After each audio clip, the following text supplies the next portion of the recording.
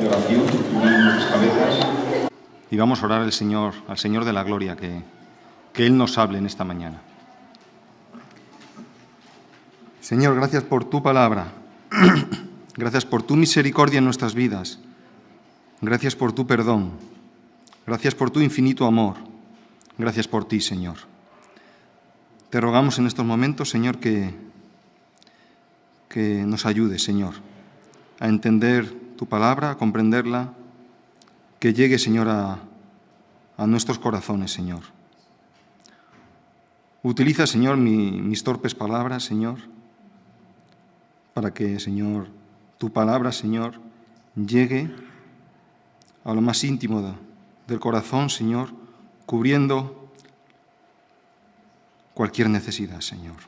Te lo rogamos, Señor, te lo rogamos para que tu nombre sea glorificado. En el nombre de Jesús. Amén. Muchas gracias. Como sabe que no ando muy bien hoy del radiador, pues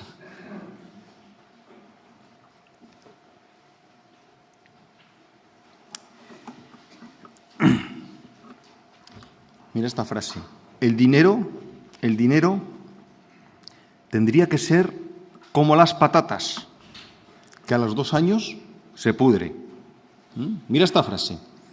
El dinero tendría que ser como las patatas, que a los 2 años se pudre. ¿Sabéis de quién es?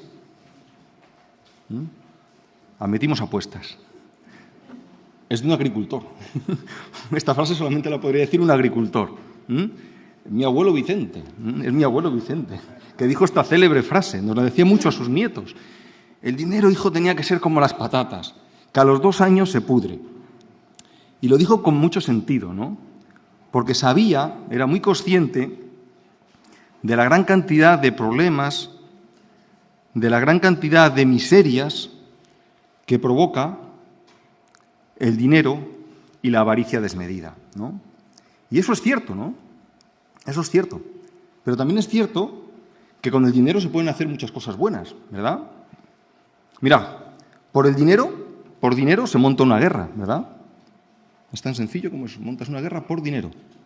Pero con dinero hay un barco, que es el barco de la esperanza, que está financiado y sostenido por aportaciones individuales de muchos creyentes en todo el mundo, que va a África, a muchos países donde el sistema de salud es muy precario, y opera niños que de otra forma no tendrían posibilidad de subsistir. Por dinero se montan redes de trata de blancas, se comercian con niños para vender los órganos, y eso se hace por dinero. Pero con dinero, una organización como la Alianza tiene un proyecto que es el Proyecto Moisés, que está encargado de ayudar a niños con pequeñas donaciones para sacarlos de la exclusión social y para, a la postre, llevarlos a Cristo y llevarlos al consuelo que solamente puede traer el Señor. O bien el proyecto Turmanllé, en Perú, que es un proyecto también enfocado a personas necesitadas, a personas con peligro de exclusión social, y que trae consuelo y ha traído tanto consuelo a tantas mujeres allí en Perú y les ha llevado a los pies de Cristo. Y eso se hace con dinero. Por dinero, un señor como Teodoro Obiang tiene sojuzgado, tiene sometido de forma descarada y descarnada a un pueblo, el pueblo guineano, y ha sometido a todos sus conciudadanos a la más triste de las miserias y de las pobrezas. Pero con dinero, esta iglesia, no hace mucho, el curso pasado, ¿os acordáis?, levantó una ofrenda que trajo alivio y trajo consuelo a una niña que estaba en una situación muy difícil. Y fue una muestra del amor de Dios y de la misericordia de Dios allí en un país donde hay tantas dificultades, tanta miseria y tanta pobreza.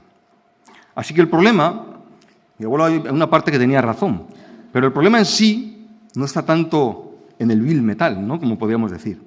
Está en el uso que hacemos del dinero, en cómo lo utilizamos y en para qué lo utilizamos. Y es de lo que vamos a hablar esta mañana. Y yo sé que hablar de dinero desde un púlpito es algo que es un poco complicado, ¿no? Y es algo muy personal, ¿no? Es lo que toca nuestra fibra personal, ¿no? Es algo que cuando hablamos de eso siempre nos toca lo más íntimo, ¿no? No solamente del bolsillo, yo también diría que del corazón, ¿no? Pero yo creo que el Señor también nos llama a hablar de este tipo de cosas. Entonces, para que nadie se sienta aludido, voy a decir una cosa que decíamos de pequeños. Por mí y por todos mis compañeros, pero por mí el primero, ¿vale? Pero por mí el primero. Vamos a examinar algunos principios bíblicos que nos hablan acerca de cómo usar el dinero de una forma espiritual, como la Biblia nos lo indica. Y hemos estado viendo, ¿no?, unos domingos pasados, cómo usar nuestros recursos, nuestros dones, nuestras habilidades para ponerlos al servicio de otros. El domingo pasado, Federico también nos habló del uso del tiempo, ¿verdad? De lo que es el tiempo, de cómo Dios interviene en el tiempo, de cómo en el tiempo Él nos ha dado una nueva identidad y que eso tiene implicaciones, ¿no? Y somos responsables del tiempo que Dios nos ha dado. Pues hoy vamos a hablar de otro de esos grandes recursos materiales, como puede ser el dinero, si queréis de forma más genérica, las posesiones. Y con la ayuda del Señor me vais a acompañar al capítulo 19 del Evangelio de Lucas. Lucas 19,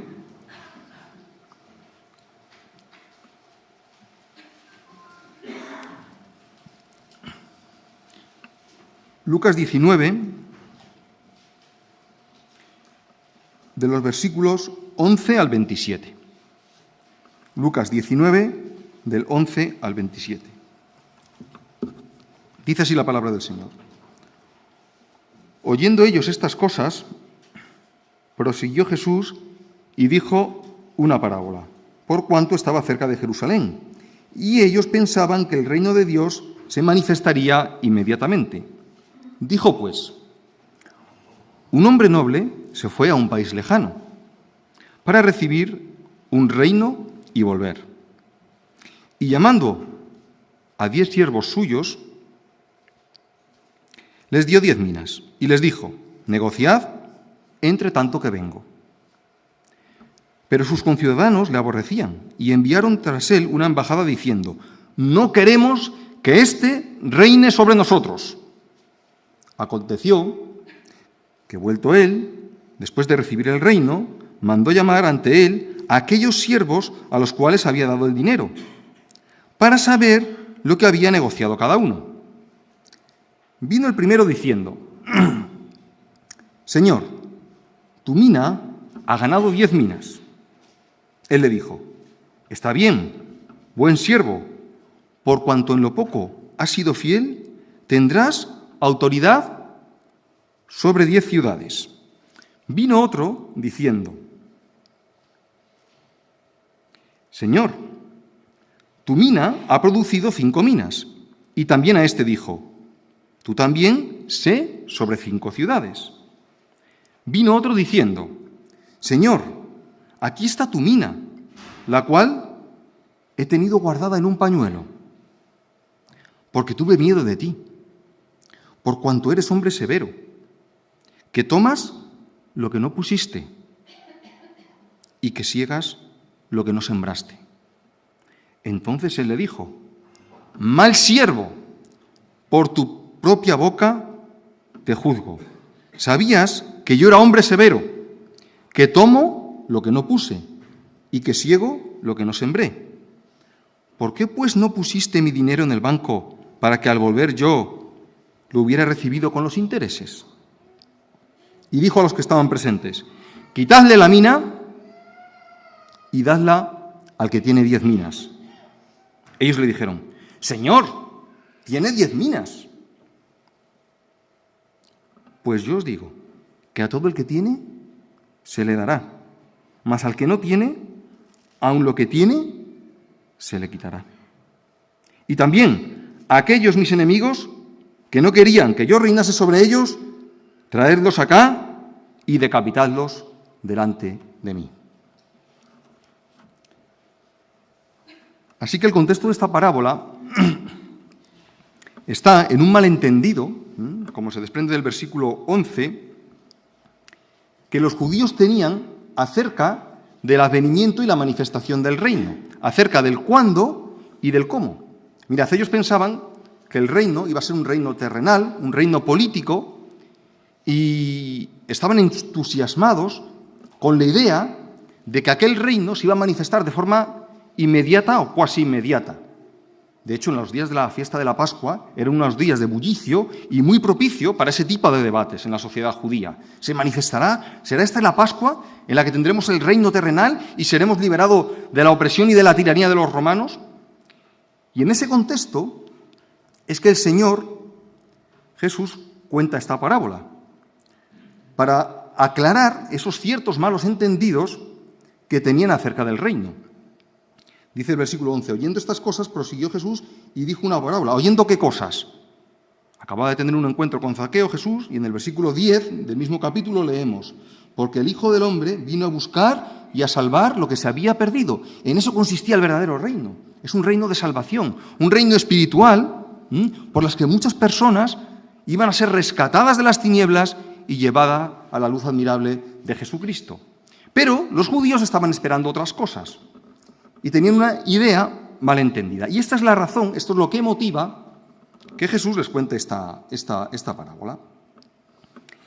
Y en esta parábola se mencionan tres personajes. Se menciona un hombre noble, ¿verdad?, que sale a recibir un reino.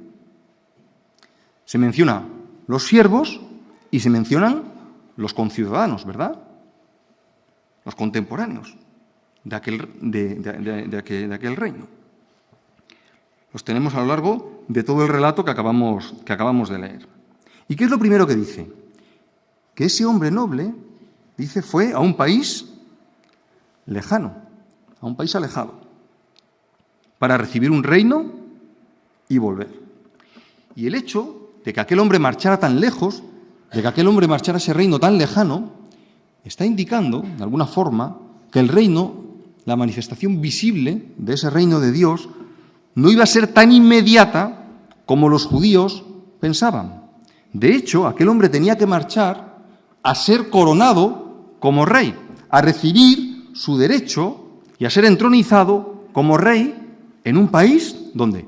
Lejano, así que iba a tardar.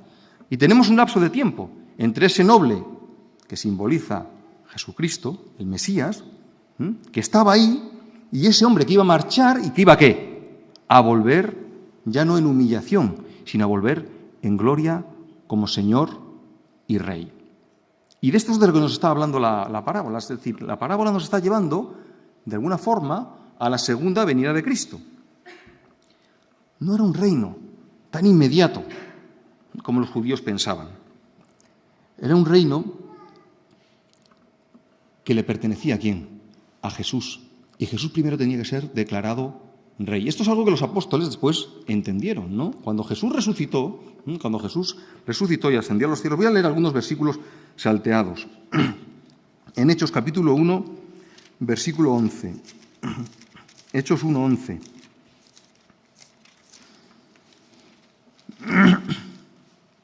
Dice así, voy a empezar en el 10. Y estando ellos con los ojos puestos en el cielo, entre tanto que él se iba, entre tanto que ascendía Jesús al cielo, después de haber resucitado, he aquí se pusieron junto a ellos dos varones con vestiduras blancas, los cuales también les dijeron, varones galileos, ¿por qué estáis mirando al cielo? Este mismo Jesús que ha sido tomado a vosotros del cielo, así vendrá como lo habéis visto ir al cielo. Este Señor, que ahora se ha ido y que vino en humillación, va a volver, va a venir y su reino va a ser manifestado. Un poquito más adelante, Hechos 2:36, Pedro, en aquel discurso, ¿no?, que todos conocemos, dice, sepa pues ciertísimamente toda la casa de Israel que a este Jesús, a quien vosotros crucificasteis, Dios lo ha hecho Señor y Cristo. El Señor Dios lo ha vindicado y lo ha declarado Rey. Y leemos también, ¿no?, en Filipenses 2, que él primero que fue humillado, pero Dios ¿qué? Lo exaltó hasta lo sumo y le dio un nombre que es sobre todo nombre, para que en el nombre de Jesús se doble toda la rodilla de los que están en el cielo, en la tierra y debajo de la tierra. Y toda lengua confiese que Jesucristo es el Señor para gloria de Dios Padre. Así que ese rey, rechazado por los conciudadanos, iba a ser declarado Señor y Rey por el mismo Dios. Y después va a volver, y va a volver en gloria. Y a esto es a lo que nos está llevando la parábola. Nos está llevando a examinar el reino desde la perspectiva de que Jesucristo vuelve en gloria como Rey. Pero en el ínterin, en el entretanto, ¿qué es lo que pasa? En el entretanto ocurren cosas, y de eso nos habla la parábola, de lo que ocurre entre quién, entre la primera venida en humillación y la segunda venida en gloria. Primera cosa que vemos aquí, dice que los conciudadanos, ¿qué ocurre? Le aborrecieron y enviaron tras él una embajada diciendo: no queremos que éste reine sobre nosotros. Así que aquellos conciudadanos, aquella gente, lo estaba rechazando. Estaba rechazando el derecho que Jesucristo tiene de ser rey y ser dueño de todo, porque en realidad es rey y es dueño de todo. Y los ciudadanos de aquel país estaban diciendo: no, nosotros no queremos que este reine sobre nosotros. Esto es muy similar, ¿verdad?, a lo que ocurre hoy en día. El mundo en el que vivimos ha decidido, de forma genérica hablo, rechazar al que por derecho es rey, a que por derecho ha sido declarado Señor y Cristo, porque prefiere vivir en pecado, porque prefiere vivir en las tinieblas, porque prefiere vivir mirándose a sí mismo. Y esto tiene un pago. Y podemos ver el final de la historia. Es terrible, ¿no? Es terrible que también aquellos enemigos, ¿no?, dice el versículo 27, que no querían que yo reinase sobre ellos, traedlos acá y decapitadlos delante de mí. Sin Cristo solamente hay condenación. Sin Cristo solamente hay condenación, porque es el rechazo del único que tiene derecho de ser el dueño y de llevar el timón de nuestras vidas. Y ese es el segundo de los personajes, de las escenas que encontramos en la parábola. Aquellos ciudadanos que rechazaron a Jesús como rey. ¿Y qué encontramos también? Que en el entretanto hay una serie de siervos. Y hay 10 siervos, ¿verdad? 10 siervos a los que el Señor, estoy leyendo ahora versículo 13, les da ¿cuántas minas? 10 minas. Aproximadamente una mina, más o menos, haciendo un intercambio así monetario, es poco más o menos el dinero que uno puede ganar en 3 meses.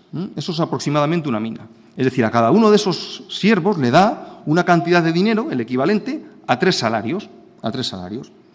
Y dice el versículo 13 que les dijo: negociad con ello, entre tanto que vengo. Así que lo que tenían que hacer aquellos siervos es trabajar, negociar con aquel dinero en la expectativa de que el Señor iba a regresar, de que iba a volver.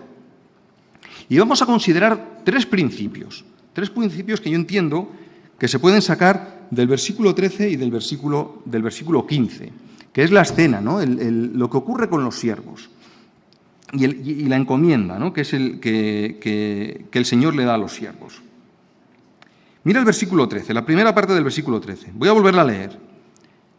Dice que llamando a 10 siervos suyos, les dio 10 minas. ¿De quién eran las minas?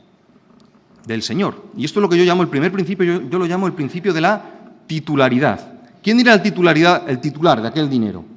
El Señor era el que le pertenecía aquel dinero. No lo regaló. ¿Qué dice? Lo entregó. Lo dio a los siervos. El hecho de que lo entregara a los siervos no cambia de titular. Es decir, ¿el dinero de quién seguía siendo? Del Señor. El dinero seguía siendo del Señor. Ahora, ¿en el bolsillo de quién estaba? Ahora, de los siervos. Principio de la titularidad. Todo lo que le entregó aquel Señor a esos siervos era del Señor. No le pertenecía a ninguno de esos siervos. Absolutamente todo era suyo. Dice la Biblia, Salmo 24, que del Señor es la tierra y su plenitud. Todo lo que hay en este mundo le pertenece a Él, absolutamente todo. Mi coche no es mi coche, es el coche del Señor. Mi casa no es mi casa, es la casa del Señor. Mi mujer no es mi mujer, en cierto sentido, entendedme bien lo que quiero decir. Es la mujer que el Señor ha puesto y me ha entregado. Así que es el primer principio, el principio de la titularidad. Todo lo que tenemos es del Señor y lo ha puesto en nuestros bolsillos, lo ha puesto en nuestras manos. Y en el contexto queda bien claro que no lo entregó aquel dinero para que los siervos hicieran con él lo que les viniera en gana, lo que les diera la gana. No fue para eso. Y esto me lleva al segundo de los principios, que es el principio de la administración responsable. ¿Qué es lo que les dice? Segunda parte del versículo 13. Vamos a volver al versículo 13. ¿Qué les dice? Dice, negociad entre tanto que vengo. Es decir, este es el dinero mío que yo he puesto en tu bolsillo para que tú lo manejes de forma responsable, para que tú te hagas responsable de él durante un tiempo hasta que yo vengo. ¿Y esto exige de qué? De ponerse a trabajar con él. Exige negociar, exige montar un negocio, exige meterlo en el banco, exige esforzarse y llama y apela a la responsabilidad del siervo en hacerlo. No es que lo mete en el bolsillo, tú te metes las manos en los bolsillos y lo tocas durante años, esperando a que el Señor regrese. No. El encargo es bien claro. Negocia con Él. Utiliza lo que es mío, ¿hasta qué? Hasta que yo venga. Y este es el segundo de los principios, el principio de la administración responsable. Nos hace responsables y nos llama a la responsabilidad ¿de qué? De negociar y de trabajar con lo que no es nuestro, sino con lo que es del Señor. Y esto también nos lleva al tercer principio, que es el principio de la rendición de cuentas. Primero, ¿qué le dice? Que el tiempo para utilizarlo, el tiempo que dura esa responsabilidad no es indefinido, porque dice, hazlo hasta que yo, ¿qué? Hasta que yo venga. Es decir, va a haber un momento en el que el Señor viene. ¿Y qué es lo que ocurre cuando el Señor viene? Vamos al versículo 15. Mira el versículo 15. Dice, aconteció que vuelto él, es decir, la Biblia no da por supuesta la segunda venida de Cristo, la Biblia la afirma, el Señor viene. No dice por si el Señor viene, la declara y la afirma. El Señor va a venir y dice que cuando regresó, dice, aconteció que vuelto él, después de recibir el reino, así que ya tenemos ahí a Jesús, al Señor, viniendo en gloria, viniendo en poder. Ya no viene en humillación, viene en poder y en juicio. Dice que mandó llamar a aquellos siervos a los cuales había dado el dinero para saber qué es lo que había negociado cada uno. Así que Dios, en su venida, cuando nos presentamos delante de Él, cuando nos presentemos delante de Él, nos va a pedir cuentas de lo que era suyo. ¿Qué hiciste con aquello que yo puse en tu bolsillo y que era mío? Y es el tercero de los principios, principio de la rendición de cuentas. El Señor regresa por lo suyo y hay que rendirle cuentas. Y hay que explicarle qué es lo que hemos hecho con lo suyo. Luego tenemos aquí tres principios. Primer principio, principio de la titularidad. Segundo principio, principio de la administración responsable. Tercer principio, principio de la rendición de cuentas. E igual que tenemos tres principios, tenemos tres tipos o tres maneras de administrar aquello que es del Señor, que es lo que se menciona a continuación. Allí el noble regresa, pasa revista de lo suyo y no se menciona siervo a siervo, ¿no? Que es lo que hizo siervo a siervo, ¿no? Se menciona tres tipos, tres tipologías, ¿no? Tres maneras, tres formas de administrar aquello. Y es lo que vamos a ver ahora. Tres maneras o tres formas de manejar lo que Dios ha puesto en nuestros bolsillos. Mira lo que dice, versículos 16 y 17. Vino al primero diciendo, Señor, tu mina ha ganado 10 minas. ¡Guau! ¿No? ¿Qué quiere decir eso? Vamos a hacer la cuenta. Salario de 3 meses por 10. ¿Salario de cuántos meses? De 30 meses. 30 meses son 2 años y medio. Es decir, le habían dado un dinero equivalente a 3 meses y ahora le entrega, ¿qué? 2 años y medio. Mira, para tu reino. Has venido como rey, 2 años y medio ha producido en tu reino esto. ¿Cuál es la respuesta del Señor? Interesante.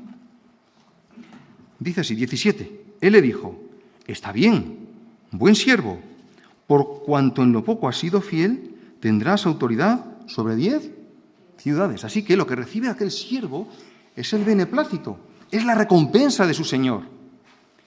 Y se le da, ¿qué? Una gran responsabilidad. La responsabilidad sobre 10 ciudades. Segundo tipo, segunda clase de administración. Este había producido menos. Y esto nos enseña que hay distintas maneras en las que podemos ejercer nuestra responsabilidad. ¿Qué se le dio?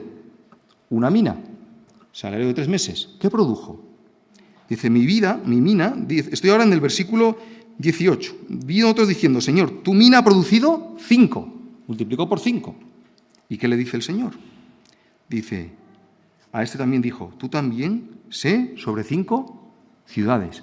Y es que, fijaros que es tremendo, ¿no?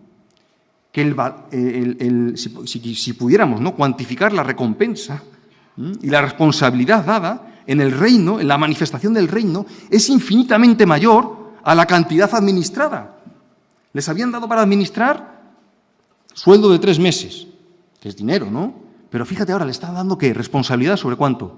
Sobre 10 y sobre 5 ciudades. Tremendo es eso, ¿no? Es como si a un tipo, ¿no?, que es... le dijera, mira, tú vas a ser de una multinacional, qué sé yo, Repsol, por ejemplo, ¿no? Tú vas a ser el director general de Repsol en 10 países, ¿no? Esa va a ser tu responsabilidad ahora. ¡Qué privilegio!, ¿no? ¡Qué privilegio que en el reino podamos tener ese tipo de responsabilidades, ¿no? ¡Qué privilegio ser bendecidos de esta manera por el Señor! Pero qué responsabilidad también tenemos con lo que el Señor ha puesto en nuestros bolsillos, ha puesto en nuestras manos. De lo que es suyo, de lo que no nos corresponde, porque realmente es suyo, no es nuestro. Así que tenemos aquí 2 tipos de... Nos indica el pasaje que hay distintos grados de recompensas, pero también hay reproche, porque vino un tercer siervo, ¿no? ¿Y qué es lo que pasó con este? Vamos a leerlo de nuevo. Dice así.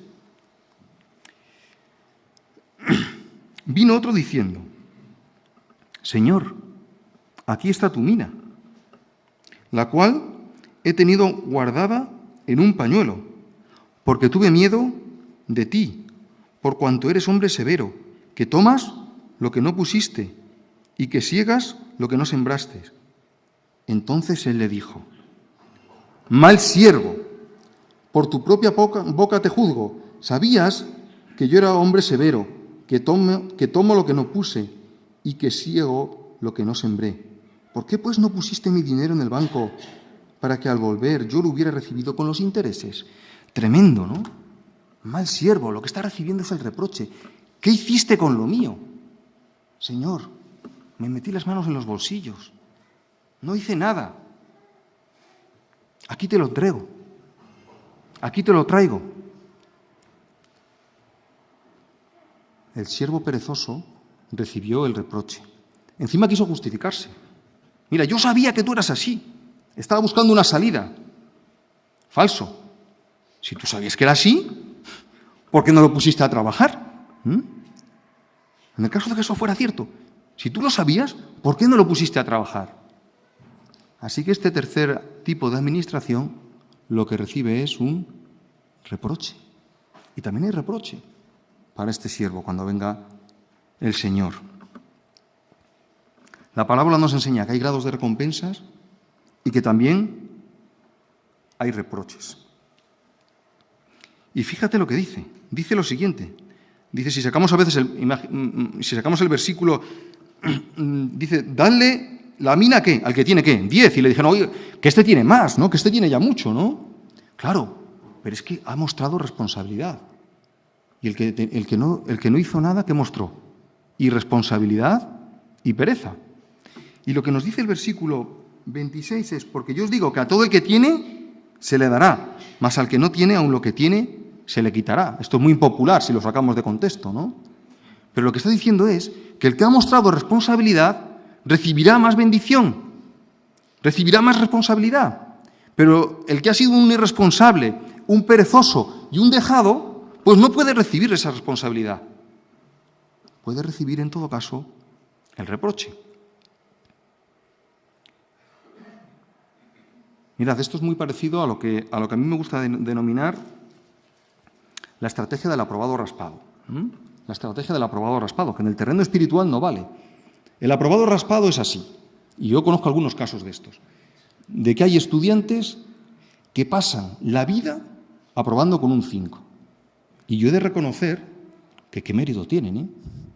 Porque es que hay que medir muy bien los esfuerzos para siempre sacar un 5 y no quedarte ni un poquito por encima ni un poquito por debajo. Además, hay que ser muy arriesgado para estar en esa estrategia.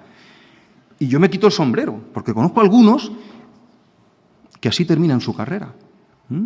Es la estrategia del aprobado raspado, es la estrategia del karma académico, ¿no? Yo me quedo como estoy, ¿no? Y yo procuro la ley del mínimo esfuerzo. Pero esto no es lo que nos está diciendo el versículo 26. El versículo 26 nos está diciendo precisamente lo contrario, que en el terreno espiritual la estrategia del aprobado raspado es una estrategia errónea. La estrategia de la ley del mínimo esfuerzo es una estrategia errónea. ¿Por qué? Porque en el terreno espiritual o se avanza o si te quedas quieto, retrocedes. Después de cada bendición siempre vendrá la siguiente y habrá que buscar la siguiente. Pero si uno queda estancado, si uno queda quieto, el único resultado es el que le pasó al siervo perezoso, al siervo irresponsable.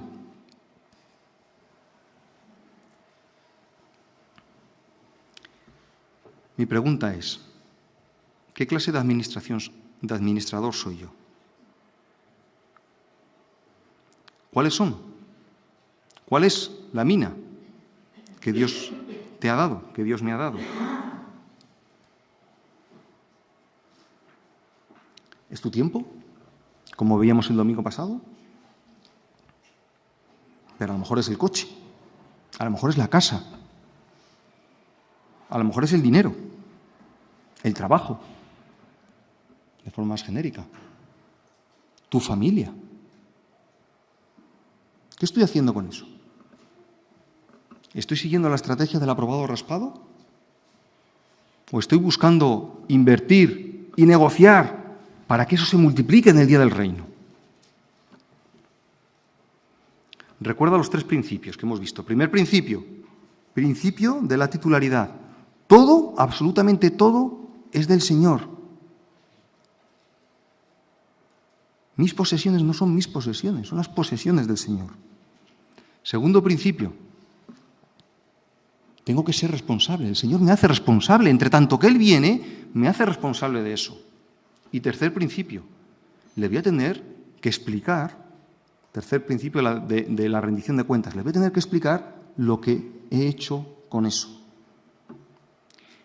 Y queridos hermanos, cuando nosotros buscamos aplicar estos principios y lo buscamos de corazón delante del Señor, cualquier decisión sobre nuestros recursos materiales ya no es una decisión sobre mi dinero, es una decisión espiritual sobre el dinero del Señor. Cualquier decisión sobre los recursos materiales se convierte en una decisión de tipo espiritual buscando al Señor. Y eso es lo que tenemos que buscar. Y eso es lo que tenemos que buscar. Pero déjame que te diga una cosa. Hay un gran peligro en la sociedad en la que vivimos.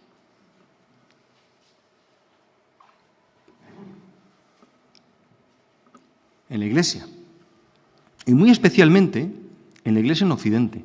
En la Iglesia que está en medio de una sociedad, vamos a decirlo, acomodada. De una sociedad, a pesar de las muchas cosas que escuchamos, ¿no? Pero comparativamente hablando con el resto, de prosperidad. Y se trata del peligro de la seducción, del materialismo y del consumismo. Y este peligro es tremendo, Porque este peligro embriaga y atenaza la sociedad en la que vivimos. Y es así porque la sociedad en la que vivimos ha levantado un nuevo rey. Ha destronado a Jesucristo y ha dicho, no queremos que éste reine sobre nosotros. Y en lugar de él ha puesto un usurpador. Y ese usurpador se llama el yo. Yo el primero, yo el segundo y yo el tercero. Siempre yo ocupo mis 3 primeros lugares. Y ese es mi problema en medio de la sociedad en la que vivimos. Y sabéis que a ese se le ha declarado un nuevo rey, cuando en realidad no lo es un usurpador. Y claro, es un rey que se alimenta del materialismo. Es un rey que se alimenta del consumismo y además nunca se sacia. Y es lo que nos venden por la televisión y es lo que nos venden en las redes sociales. Siéntete bien, tú lo vales, ¿por qué tú no? Ese es el constante mensaje. Y eso al final, cuando nos desviamos y cuando nuestra perspectiva cambia, ¿qué es lo que vamos haciendo? Poquito a poco nos dejamos embarrar los tobillos, después las rodillas, por esta sociedad consumista y materialista, que jamás va a mirar los valores del reino. Y eso afecta las decisiones que yo tomo con mi dinero. Afecta las decisiones que yo tomo en cuanto a la carrera que yo tengo pensado estudiar. Afecta las decisiones que yo tomo en cuanto a la casa, en cuanto a dónde y la casa o el tipo de casa que yo voy a comprar.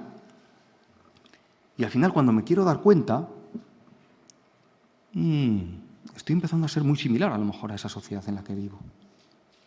Y ese es el gran peligro de la Iglesia de Occidente, de la Iglesia en España, de la Iglesia en Europa, en los Estados Unidos, en los países desarrollados. Es el constante consumismo y materialismo que nos lastra todos los días. ¿Cuál es mi plan de inversión? ¿Cuál es mi plan de inversión? ¿Invierto para el usurpador? ¿Para el usurpador yo? ¿O invierto para aquel que tiene todo el derecho a ser el rey, porque es el rey de la creación y todo le pertenece? ¿Cuál es el plan de inversión con las posesiones que Él me ha dado? Porque yo puedo convertir, y hay una oportunidad extraordinaria en esta mañana, para convertir la decisión sobre la carrera que voy a estudiar en una decisión espiritual. La decisión sobre la casa que voy a comprar o el coche que voy a comprar en una decisión espiritual. La decisión sobre lo que hago con mis hijos en una decisión espiritual.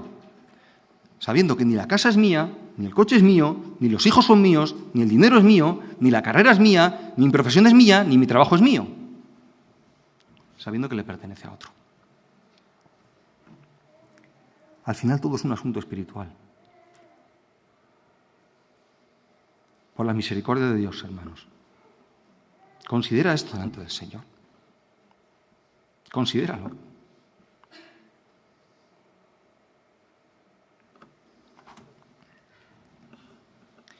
Quiero terminar contándote la experiencia de un hombre muy rico, sumamente rico, tremendamente rico. Y yo creo que no es casual que Lucas haya puesto el mismo el episodio de Zaqueo en este capítulo, al lado de esta parábola. Creo que no es casual. Aquel hombre rico, Zaqueo, dice que era el jefe, ¿no?, de los recaudadores de impuestos. Tenía que tener mucho dinero. Era una persona además socialmente despreciable. Defraudador. ¿Qué más cosas? Traidor, porque se había vendido a los romanos, ¿no? De todo. Era de lo peor de la sociedad. Pero aquel hombre tuvo un encuentro directo con Jesús. Zaqueo, date prisa, desciende. Es necesario que yo hoy more en tu casa. ¿Y qué hizo Zaqueo? Descendió y tuvo ese encuentro personal con Jesucristo, como lo hemos tenido cada uno de nosotros. Y la respuesta fue tremenda, la respuesta de Zaqueo. ¿Qué hizo con sus riquezas? Vamos a venir a la reacción de Zaqueo.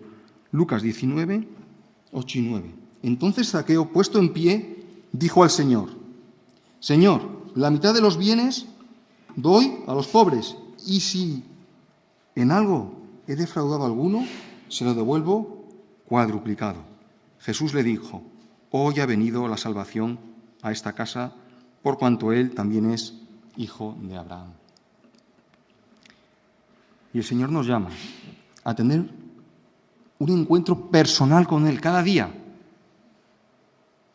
para que las decisiones que yo tome descansen de verdad en entender que Él es el dueño y Señor de mi vida y que ya nada me pertenece.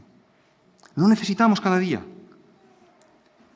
Él nos llama a entregar todo lo que somos, pero porque Él ya lo ha dado todo. Y simplemente es una cuestión, como hemos cantado hoy, de agradecimiento al final. Al final es una cuestión de agradecimiento.